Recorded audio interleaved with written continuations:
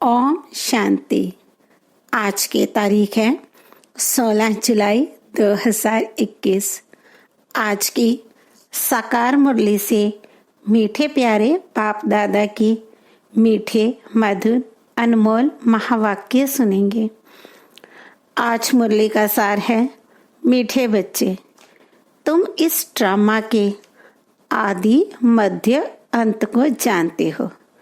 तुम्हें बाप द्वारा ज्ञान का तीसरा नेत्र मिला है, इसलिए तुम हो आस्तिक। आज का प्रश्न है, बाप का कौन सा टाइटल धर्म स्थापकों को नहीं दे सकते हैं? उत्तर है, बाबा है सतगुरु। किसी भी धर्म स्थापक को गुरु नहीं कह सकते, क्योंकि गुरु वह जो दुख से छुड़ाए, सुख में ले जाए। धर्म स्थापन करने वालों के पीछे तो उनके धर्म की आत्माएं ऊपर से नीचे आती हैं, वे किसी को ले नहीं जाते। बाप जब आते हैं तो सभी आत्माओं को घर ले जाते हैं, इसलिए वे सभी के सतगुरु हैं। आज मुरली का गीत है, इस पाप की दुनिया से। ओम शांति। मीठे मीठे रूहानी बच्चों ने गीत की लाइन सुनी। यह है पाप की दुनिया। बच्चे जानते भी हैं ये पाप आत्माओं की दुनिया है, कितना बुरा अक्षर है, परंतु मनुष्य यह समझ नहीं सकते कि सचमुच ये पाप आत्माओं की दुनिया है। जरूर कोई पुण्य आत्माओं की दुनिया भी थी, उसको कहा जाता है स्वर्ग। पाप आत्माओं की दुनिया को कहा जाता है नरक। भारत में ही स्वर्ग और नरक की चर्चा बहुत है। मनुष्य मरते हैं तो कहते हैं स्वर्गवासी हुआ, तो इससे सिद्ध होता है नरकवासी थे। पतित दुनिया से पावन दुनिया में गया, परंतु मनुष्यों को कुछ भी पता नहीं है। जो आता है सो बोल देते हैं, यथार्थ अर्थ कुछ भी नहीं समझते हैं। बाप आकर तुम बच्चों को तसल्ली देते हैं कि अब थोड़ा धीरज धरो, तुम पापों के बोझ से बहुत भारी हो पड़े हो। अब तुमको पुण्य आत्मा बनाए ऐसी दुनिया में ले जाते हैं जिसको स्वर्ग कहा जाता है। वहां ना कोई पाप होगा, ना कोई दुख होगा। बच्चों को धीरज मिला हुआ है। आज यहाँ है, कल अपने शांति धाम सुख धाम में जाएंगे। जैसे बीमार मनुष्य थोड़ा ठीक होने पर होता है तो डॉक्टर धीरज देते हैं, जल्दी से तुम बहुत अच्छा हो जाएंगे। अब यह तो है बेहद का धीरज। बेहद का बाप कहते हैं, तुम तो बहुत दुखी पतित हो गए हो। अब हम तुम बच्चों को आस्तिक बनाते हैं, फिर रचना का भी परिचय देते हैं। ऋषि आदि तो कहते आए हैं कि हम रचयिता और रचना को नहीं जानते हैं। अब उसको कौन जानते हैं? कब और किस द्वारा जान सकते हैं, ये किसको पता नहीं है। ड्रामा के आदि मध्य अंत को कोई जानते ही नहीं। बाप कहते हैं, मैं संगम युग पर आकर ड्रामा अनुसार तुम बच्चों को पहले पहले आस्तिक बनाता हूँ, फिर तुमको रचना के आदि मध्य अंत का राज सुनाता हूँ। अर्थात तुम्हारा ज्ञान का तीसरा नेत्र खोलता हूँ। तुमको रोशनी मिल गई है, आंखों की रोशनी चली जाती है तो मनुष्य अंधे हो जाते हैं। इस समय मनुष्यों को ज्ञान का तीसरा नेत्र नहीं है। मनुष्य होकर उस बाप और रचना के आदि मध्य अंत को नहीं जानते, तो उनको बुद्धिहीन कहा जाता है। गीत में भी है, एक है अंधे की औलाद, अंधे, दूसरे हैं सच्चे, दिखाते हैं महाभारत लड़ाई लगी थी और एक दिन आदि सनातन देवी देवता धर्म की स्थापना हुई थी। बाप ने आत्माओं को आकर राजयोग सिखाया था, सतयुगी स्वराज्य देने के लिए। आत्माएं कहती हैं, मैं राजा हूँ, मैं बैरिस्टर हूँ। तुम्हारी आत्मा अब जानती है हम विश्व का स्वराज्य पा रहे हैं, विश्व के रचयिता बाप द्वारा। वे किसका रचयिता है? नई दुनिया का। बाप नई सृष्टि रचते हैं, क्रिएटर भी हैं, तो उनमें सारा ज्ञान भी है। सारे वर्ल्ड की हिस्ट्री कोई एक भी नहीं जानते हैं। किसको ज्ञान का तीसरा नेत्र नहीं है, सिवाय बाप के कोई तीसरा नेत्र दे नहीं सकता। वर्ल्ड की हिस्ट्री, ज्योग्राफी, मूल वतन, सूक्ष्म वतन, स्थूल वतन, ये सब तुम जानते हो। मूल वतन है आत्माओं की सृष्टि। सन्यासी कहते हैं हम ब्रह्म में लीन हो जाएंगे, व ज्योति ज्योत समाएंगे। ऐसा है नहीं। तुम जानते हो ब्रह्म तत्व में जाकर निवास करेंगे। वे शांति धाम घर है। वे कह देते हैं ब्रह्म ही भगवान है। कितना फर्क है। ब्रह्म तो तत्व है, जैसे आकाश तत्व है वैसे ब्रह्म भी तत्व है, जहां हम आत्माएं और परमपिता परमात्मा निवास करते हैं। उनको स्वीट होम कहा जाता है। वह है आत्माओं का घर। बच्चों को मालूम पड़ा है ब्रह्म महतत्व में कोई आत्माएं लीन नहीं होती हैं और आत्मा कभी विनाश को प्राप्त नहीं होती। आत्मा अविनाशी है। यह ड्रामा भी बना बनाया अविनाशी है। इस ड्रामा के कितने एक्ट्रेस हैं। अभी है संगम युग, जबकि सभी एक्ट्रेस हाजिर हैं। नाटक पूरा होता है तो सब एक्टर्स, क्रिएटर आदि सब आकर हाजिर होते हैं। इस समय यह बेहद का ड्रामा भी पूरा होता है, फिर रिपीट होना है। उन हद के नाटकों में चेंज हो सकती है, ड्रामा पुराना हो जाता है। यह तो बेहद का ड्रामा अनादि अविनाशी है। बाप त्रिकालदर्शी त्रिनेत्री बनाते हैं। देवताएं कोई त्रिकालदर्शी नहीं होते हैं, न शूद्र वर्ण वाले त्रिकालदर्शी होते हैं। त्रिकालदर्शी तो सिर्फ तुम ब्राह्मण वर्ण वाले हो। जब तक ब्राह्मण ना बने तब तक तीसरा नेत्र ज्ञान का मिल ना सके। तुम झाड़ के आदि मध्य अंत को, सभी धर्मों को भी जानते हो। तुम भी मास्टर नॉलेजफुल हो जाते हो। बाप बच्चों को आप समान बनाएंगे ना। ज्ञान का सागर तो एक ही बाप है, जो सभी आत्माओं का बाप है। सभी बच्चों को आस्तिक बनाए त्रिकालदर्शी बनाते हैं। अब तुम बच्चों को सबको ये कहना है कि शिव बाबा आया है, उनको याद करो। जो आस्तिक बनते हैं वे बाप को अच्छी रीति प्यार करते हैं। तुम्हारे ऊपर बाप का भी प्यार है। तुमको स्वर्ग का वर्षा देते हैं। गाया हुआ है, विनाश काले विपरीत बुद्धि विनशंति और विनाश काले प्रीत बुद्धि विजयंती। गीता में कोई कोई अक्षर सच्चे हैं। श्रीमद् भगवत गीता है सर्वोत्तम शास्त्र, आदि सनातन देवी देवता धर्म का शास्त्र। यह भी समझाया है मुख्य धर्म शास्त्र हैं ही 4, और जो धर्म वाले हैं वे आते ही हैं सिर्फ अपने धर्म की स्थापना करने, राजाई आदि की बात नहीं। उनको गुरु भी नहीं कह सकते। गुरु का तो काम ही है वापस ले जाना। इब्राहिम, बुद्ध, क्राइस्ट आदि तो आते हैं, फिर उनके पिछाड़ी उनकी वंशावली भी आती है।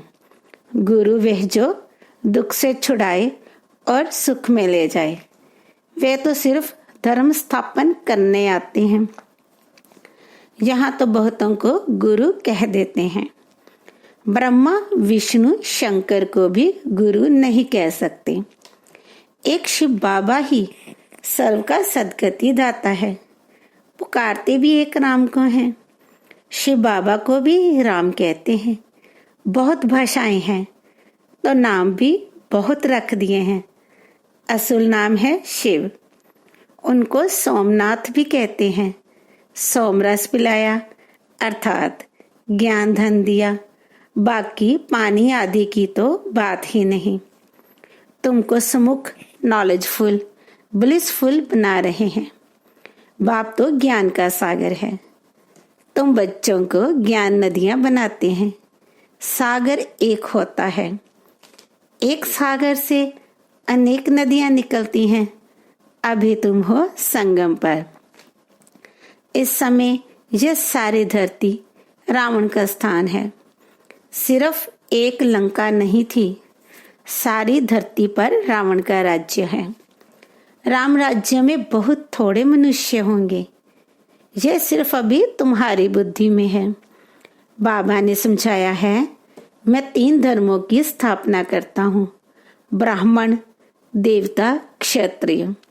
फिर वैश्य, शूद्र वर्ण में और सभी आकर अपना अपना धर्म स्थापन करते हैं। अनेक धर्मों का विनाश भी कराते हैं। भारत में त्रिमूर्ति का चित्र भी बनाते हैं, परंतु उसमें शिव का चित्र गुम कर दिया है।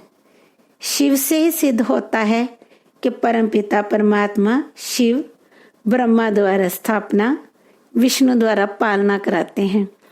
उनको कर्ण करावनहार कहा जाता है। खुद भी कर्म करते हैं, तुम बच्चों को भी सिखलाते हैं। कर्म, अकर्म, विकर्म की गति भी समझाते हैं।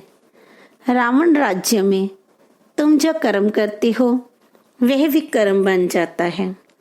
सतयुग में जो कर्म करते हो वे अकर्म हो जाता है। यहाँ विकर्म ही होता है क्योंकि रावण का राज्य है। सतयुग में 5 विकार होते ही नहीं। एक एक बात समझने की है और सेकंड में समझाई जाती है। ओम का अर्थ वो लोग तो बहुत विस्तार से समझाते हैं। बाप कहते हैं, ओम माना अहम आत्मा और ये मेरा शरीर कितना सहज है। और तुम समझते हो हम सुखधाम में जा रहे हैं। कृष्ण के मंदिर को सुखधाम कहते हैं भी कृष्णपुरी। माताएं कृष्णपुरी में जाने के लिए बहुत मेहनत करती हैं। तुम अभी भक्ति नहीं करते हो, तुमको ज्ञान मिला है और कोई मनुष्य मात्र में ये ज्ञान नहीं है। मैं तुमको पावन बनाकर जाता हूँ। फिर पतित कौन बनाते हैं ये कोई बता ना सके। सब मेल अथवा फीमेल भक्तियां हैं, सीताएं हैं। सबकी सदगति करने वाला बाप है। सब रावण की जेल में हैं। ये है ही दुखधाम। बाप तुमको सुखधाम का मालिक बनाते हैं। ऐसे बाप को 5000 वर्ष बाद सिर्फ तुम देखते हो। लक्ष्मी नारायण की आत्मा को अब नॉलेज है। हम छोटेपन से यही कृष्ण है, फिर बड़े बनेंगे, ऐसे शरीर छोड़ेंगे, फिर दूसरा लेंगे और कोई को यह नॉलेज नहीं है। बाप कहते हैं, तुम सब पार्वतियां हो। शिव बाबा तुमको अमर कथा सुना रहे हैं, अमर बनाने के लिए, अमर लोक में ले जाने के लिए। यह मृत्यु लोक है। तुम सब पार्वतियां अमरनाथ द्वारा अमर कथा सुन रही हो। तुम सच सच बनते हो। सिर्फ बाप को याद करने से तुम्हारी आत्मा अमर बनती है। जहाँ दुख की बात ही नहीं होती। जैसे सर्प एक खाल छोड़ दूसरी लेते हैं, ये सब मिसाल जहाँ के हैं, भ्रमरी का मिसाल भी यहाँ का है। तुम ब्राह्मण क्या करते हो? विकारी कीड़ों को बदल देवता बनाते हो। मनुष्य की ही बात है। भ्रमरी का तो यह एक दृष्टांत है। तुम ब्राह्मण बच्चे अभी बाप द्वारा अमर कथा सुन रहे हो, औरों को बैठ ज्ञान की भूं भूं करते हो, जिससे मनुष्य से देवता स्वर्ग की परी बन जाएंगे। बाकी ऐसे नहीं कि मानसरोवर में डुबकी लगाने से कोई परी बन जाएंगे। यह सब है झूठ। तुम झूठ ही सुनते आए हो। अब बाप ट्रुथ सुनाते हैं। अब बाप कहते हैं अपने को आत्मा समझो। तुम समझते हो निराकार परमपिता परमात्मा इस मुख द्वारा सुना रहे हैं, हम इन कानों द्वारा सुन रहे हैं। आत्म अभिमानी बनना है। फिर परमात्मा भी रियलाइज कराते हैं मैं कौन हूं। दूसरा कोई आत्म अभिमानी बना ना सके सिवाय बाप के, और कोई कह ना सके कि तुम आत्म अभिमानी बनो। शिव जयंती भी मनाते हैं, परंतु उनकी जयंती कैसे है यह नहीं जानते। बाप ही खुद आकर समझाते हैं मैं साधारण बूढ़े तन में प्रवेश करता हूँ, नहीं तो ब्रह्मा आएगा कहाँ से? पतित तन ही चाहिए। सूक्ष्मवासी ब्रह्मा में विराजमान होकर तो ब्राह्मण नहीं रचेंगे। कहते हैं मैं पतित शरीर पतित दुनिया में आता हूँ। गाया हुआ है ब्रह्मा द्वारा स्थापना। फिर जिसकी स्थापना करते हैं, जो ये ज्ञान पाते हैं, वे देवता बन जाते हैं। मनुष्य ब्रह्मा का चित्र देखकर मूंझ जाते हैं। कहते हैं ये तो दादा का चित्र है। प्रजापिता ब्रह्मा तो जरूर यहाँ होगा। सूक्ष्म वतन में कैसे प्रजा रचेंगे? प्रजापिता के बच्चे हजारों ब्रह्मा कुमार कुमारियां हैं। झूठ थोड़े ही होगा। हम शिव बाबा द्वारा वर्षा पा रहे हैं। तुम बच्चों को समझाया है वह अव्यक्त ब्रह्मा है। प्रजापिता तो साकार में चाहिए। ये पतित ही तो पावन बनते हैं। तत्वम अच्छा मीठे मीठे सीखे लदे बच्चों प्रति माता पिता बाप दादा का याद प्यार और गुड मॉर्निंग। रूहानी बाप की रूहानी बच्चों को नमस्ते। हम रूहानी बच्चों की माता पिता बाप दादा को याद प्यार गुड मॉर्निंग और नमस्ते। शुक्रिया बाबा शुक्रिया। धारणा के लिए मुख्य सार।